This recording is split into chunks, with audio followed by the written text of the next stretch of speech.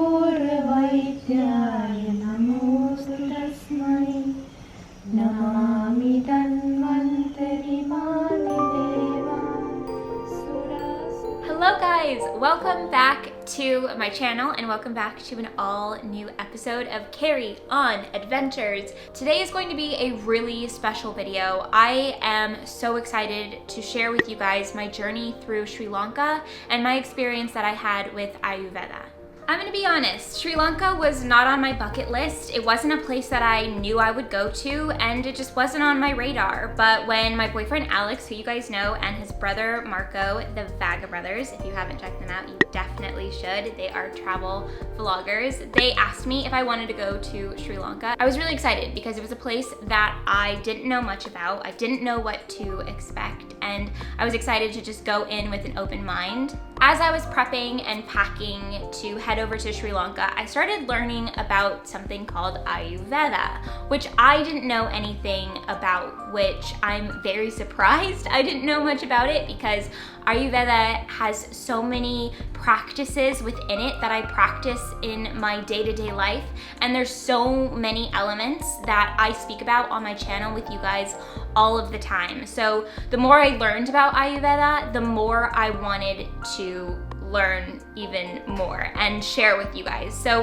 when I went into Sri Lanka, one of my main purposes there was to find out more about Ayurveda and what it's all about and how I can implement the practices in my day-to-day life here in the US, here in LA, things that I can take from there to teach you guys about so that we can practice it, because it is such a beautiful way of life. Ayurveda means the science or knowledge of, and Veda means life. So it's the knowledge of life, and it's all about living your best life and living a simple, relaxed life, a clean life, and a beautiful life. Sri Lanka took me by surprise, or I guess not even that, because I did go in without any expectations at all, but it stole my heart in many different ways. I love Sri Lanka and I can't wait to go back very soon. If you are following me on Instagram, then you know that Sri Lanka has a very, very special place in my heart. Not only do we do such incredible things that will stick with me for the rest of my life, but we also are adopting a puppy from Sri Lanka that we have named Lanka. So Alex and I found this little baby puppy underneath a tractor, neglected in Sri Lanka. Alex picked him up from under the tractor and pretty much brought him to me, or was holding him in his arms, and I saw that he had something small and furry in his hands. So I walked over to him and I immediately fell in love. We all just immediately kind of fell in love with each other. We knew instantly and felt instantly this connection to him, and we wanted to find out more about him. What's he doing there? Is anybody watching him? Is he abandoned? Is he neglected? We asked around the restaurant and we came to find that he was just kind of placed out there, and that nobody was really attached to him in any way. So we decided to adopt him. We didn't necessarily, well, I guess we did decide to adopt him right away. We didn't know how hard the process was going to be, though. We thought it would be pretty simple, maybe just bringing him back with us on the plane, but it's not that easy. There is a lot of steps that are going into place for us to be able to bring him home. He had to be 4 months old, so we have to wait for him to grow up a little bit. We're lucky enough that our driver there in Sri Lanka is able to watch him for the next couple of months as he grows and becomes stronger, so that we can take him on the plane and bring him back to the United States. It has been a really emotional process. I have shed a lot of tears. It has been really beautiful and happy, but also sad and hard at the same time, because I didn't want to leave him. Alex didn't want to leave him. We became really connected to him so quickly, and we're just so excited to have him back with us. We also made Lanka an Instagram if you want to keep up with him. It is at lucky_Lanka. we'll be going back to Sri Lanka again very, very soon. So I went into this whole Lanka tangent because I'm so excited about it, but I also do want to tell you a little bit about the stuff that we did there in Sri Lanka that was so incredible. We got to see elephants out in the wild, which was such an incredible experience. I had never seen elephants out in the wild like that, and to see them interact with each other and to see the baby elephants was so incredible. And we also saw so many different types of wildlife because Sri Lanka is just filled with wildlife everywhere. You can just drive down the street and you will no doubt see cows or monkeys or iguanas or peacocks or whatever it might be. You're just constantly stimulated by wildlife everywhere. It's really fascinating. Obviously, I indulged as much as I could in the food.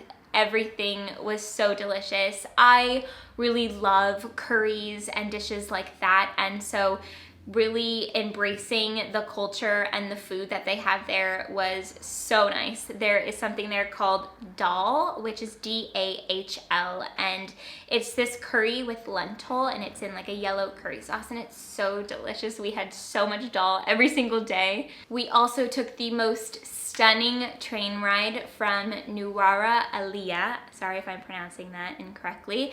It is the train ride to Ella, and you ride the train through tea country, and it's just so beautiful. It is definitely, without a doubt, the most beautiful train ride I have ever been on in my life. So that is just insight into some of the things that we did there in Sri Lanka. I just wanted to give you guys a quick recap of all of the experiences that we had there. The main purpose for this video is to deep dive into Ayurveda and to tell you more about the health benefits and what Ayurveda is all about. So let's get into the 7 healthy Ayurvedic practices that you can do right here in your own home. But before we get into the list, please make sure that you take a moment to subscribe to my channel and make sure that you have notifications turned on for me. Make sure that they're set to always instead of sometimes. There's 2 options so that you never miss a new video from me, and give this video a thumbs up if you are enjoying this travel series. So what is Ayurveda? Ayurveda means the science or the knowledge of life, as I mentioned before. Ayurveda was developed over 3,000 years ago in India. It is an alternative holistic medicine that has 3 main components that they use for treatment and for diagnosis. That is earth, air, and fire. And they use these elements to base off of what do you have more of. So in Ayurvedic medicine, they will do specific tests to find out if you weigh heavier in any of these 3 elements. Do you have too much fire? Do you have too much air? Do you have not enough wind? Whatever it might be, they do treatments to help balance out those 3 elements for you. In Ayurveda, they believe heavily in the mind and body connecting in the healing process. And I truly experienced this, and I found it fascinating because within my treatment, I was thinking this, and then afterwards I found out how important this was to them. I was getting Shanadara on my forehead, which is where they drip oil from a pot up above you, and the oil massages your 3rd eye chakra. And at first when I sat down in my treatment, I thought, this is strange. There's oil dripping onto my forehead. How is this going to help me? And my mind started to wander into kind of this questioning, what is this? How is this going to help? And then I realized right then, okay, if I go down this path of questioning this entire process and not allowing myself to really experiencing this, because that is my mind not connecting to my body in the healing process. It was the opposite. It was my mind rebelling to the treatment. But I realized that very much so at the beginning, and I was able to change my mindset to imagining my 3rd eye chakra opening and really allowing myself to relax in the treatment. And I'm really happy I was able to make that mindful change, because if I didn't, I would have been sitting there for 20 minutes thinking, what is this and how is this helping? And I think that that experience within itself was really helpful to me, really realizing what they mean by your mind and body have to connect to really reap the benefits of Ayurveda. Obviously, we're talking about Ayurvedic treatments that you can do in your own home, and Shinadora is a little bit more difficult to achieve in your own home. It's definitely something that you can do at home, and there's also probably areas around you that have Ayurvedic treatments. It's more common than you think. Habit number 2, which is definitely one of my favorites, is massage. Self-massage and getting a full body massage from someone else. Self-massage is really great because it's something you can do anytime, anywhere for yourself. So in Ayurveda, they recommend using apricot oil, which I don't have and I need to get some because that sounds fantastic. They used lots of different oils on me when I went to my treatments, and so I think any oil is fine, but from some of the stuff that I read, they use apricot oil quite regularly in their massages. A practice that is recommended 2 to 3 times a week is to massage your face, which will help with aging. Self-massage is fine and dandy and it's nice and it's something you can do for yourself, but also make sure that you get somebody in your life or even just go shell out and get a full body massage someplace. This is really going to be so beneficial for you, and especially if you can find an Ayurvedic massage nearby. I will say that this type of massage was personally my favorite massage I have ever had. The way that they rubbed my body was different than anything I had ever experienced before. They really did pay attention to specific muscles and they really got in there, but it wasn't too hard to the point where it hurt me, which sometimes that does happen to me in massage. It was just the perfect motion and I just absolutely loved it. One thing that did happen that I do want to mention, because for some people it might be a little bit different. In both of my massage experiences, one was a full body massage and one was a body scrub. They massaged my breast area and I was completely naked. In Ayurveda, they feel like everyone is the same. If you're naked, it's no big deal. They don't try to cover you up with a towel like most massages here that I get in LA. They will keep the towel over specific areas. Really, any massage I've gotten any place around the world, they keep a towel over you and move it when they get to specific areas of your body. In Ayurveda, they're just kind of open and they will massage your breast area. So that's something that I want to bring to your attention if you do go to Sri Lanka or if you do experience an Ayurvedic massage, that is something that happens. And for me, I felt it really liberating and I thought it was great. It did take me a moment to realize what was happening and to kind of just breathe through it because it wasn't something that I was used to, but it was a good experience. It felt great. Anytime you get a massage anywhere, it's awesome. So it was a really good experience, just something to note. One of the treatments that I had that I absolutely loved was a full body massage, and then she took me into an herbal bath. And when she was transferring me from the massage table to the bath, I was just completely naked in front of her, and she said to me, "We're all the same," because maybe I seemed like I wanted a towel or wanted to cover up a little bit. And I thought that that quote from her was just so true, and it really helped me put my guard down because we are all the same at the end of the day, and there's no need to feel uncomfortable around somebody who's just kind of bringing you through a treatment and bringing you through a healing process. The herbal bath was fantastic. That is something that I would do over and over and over again. I loved every moment of that. She started off washing me and then I just kind of soaked in the herbal bath, and that was amazing too. Habit number 3 is one that I believe in very much so, and that is go to bed early and wake up before the sunrise or when the sun rises. And I believe in this so much. I just made a video about how to wake up at 5:30 in the morning, and within that video I stated go to bed early. This is something that I practice in my everyday life.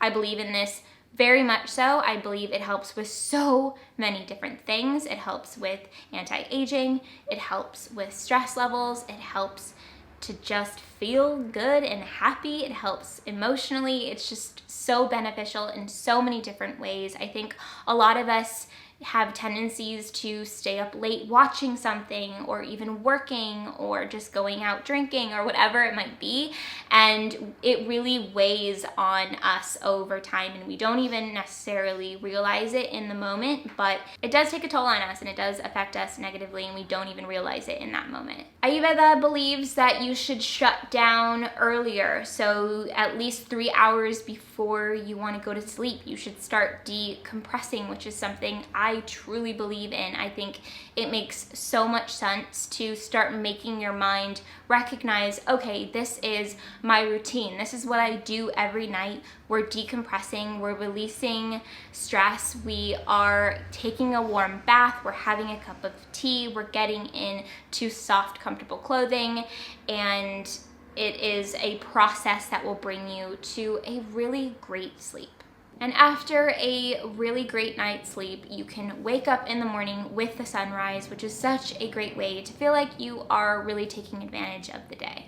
Habit number 4 is elimination. And elimination is just a very fancy word for taking a poop. There are several different components within the elimination process. So hydrating first thing in the morning to get rid of all of the toxins that you have in your body. So drinking lots of water, and warm water is recommended. And then also eliminating the waste in your body that is left over from the day before or from days before. Your body will take the things that it needs, the nutrition that it needs from what you're giving it, and then it needs to release the rest. So in Ayurveda, they definitely recommend to get all of that out by sitting down in the morning or throughout the day and getting rid of the waste, then making sure to keep hydrating your body so that you can just keep things moving and grooving and staying healthy.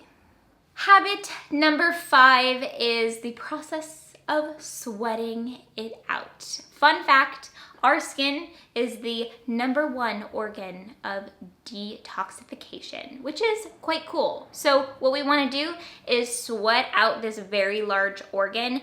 We want to sweat out all of the toxins that we have within our body. I was able to try out a herbal steam bath when I was in Sri Lanka, which was really cool. They had some beautiful herbs on this contraption that was quite coffin-like, but it sounds a lot weirder than it actually is because it was not an enclosed coffin. Your head was completely out of it, but that's the best shape that I can come up with to get you guys to understand what I'm talking about. They could make it as intense as I wanted or as relaxed as I wanted it. I wanted it pretty intense because she went from a low setting to a medium, and I was just ready for it to be on high because I really wanted to get all the benefits that I could from it. And pretty much you just sweat absolutely everything out. It's slightly uncomfortable because you're hot and you're sweaty, but laying on a bed of herbs like that while you're sweating makes it so much nicer because it just smells so good.